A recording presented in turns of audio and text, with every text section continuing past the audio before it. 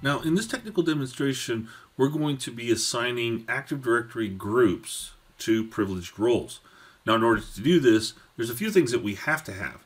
We have to have the roles, which we've already pre-configured. We also have to have a Centrify connector that is communicating with Active Directory. Now, as we learned in a previous technical demonstration, we've already completed this task. We have a Centrify connector that is connected to the domain forest. So from here, we're going to go straight over to our access menu under roles.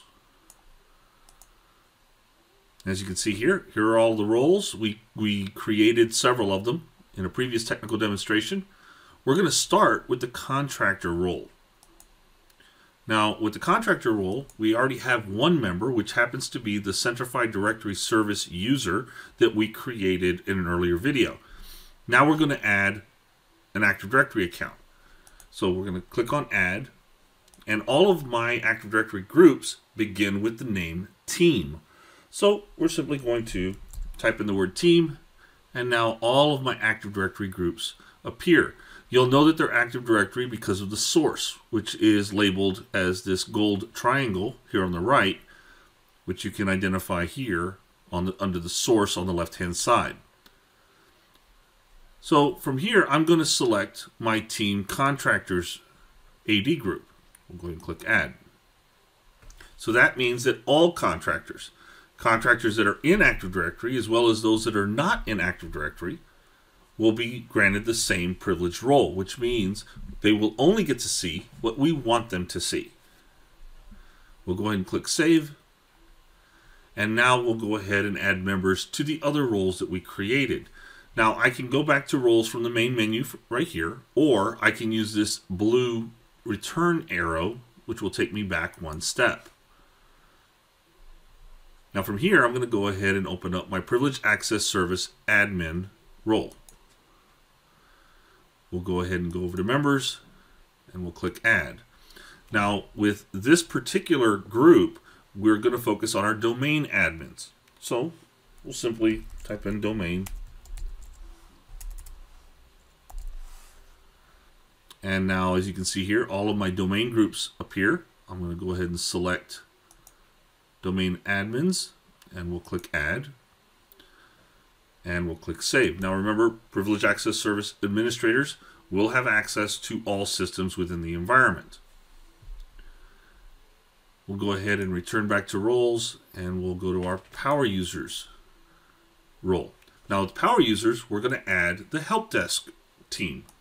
They don't have all of the administrative rights that a domain administrator or a system administrator would have, but they are going to have privilege to support and administer specific resources within the environment. So again, we'll type in team for our specific teams in AD, and there's our AD help desk team. We'll go ahead and click Add and click Save. For Privileged Access Service users, this one's going to be a little bit different. Now, with Privileged Access Service users, we're going to add multiple groups. And once again, it's very similar to the contractor's role, where they're only going to see what we want them to see. So I'm going to click Add, and I'm going to search all of my teams. Now here, I'm only going to select the sales team, but I'm also going to select the finance team, which means all the members of the sales and finance teams that are assigned to this role will have the same privilege when this role is applied to resources. We'll go and click Add, and we'll click Save. Now there are two built-in roles. The first was everybody, which of course everybody is assigned to. The other is the system administrator role. Now in both cases we can apply members. So we're going to do that with the system administrator role. So we're going to open up this built-in role, and we're going to go to members. And as you can see here, I do have two Centrify directory service users, but I'm going to add an AD group now. So we're going to go to Add, and I'm going to add my security team. And we'll click Add and click Save.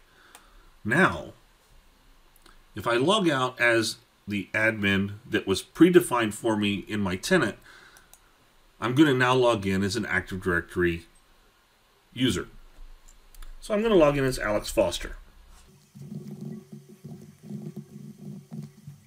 And now as you can see, Alex Foster is logged in, and Alex Foster has access to the same resources and menu options that a system administrator has. And this is because Alex Foster is a member of the security team, which makes him a system administrator.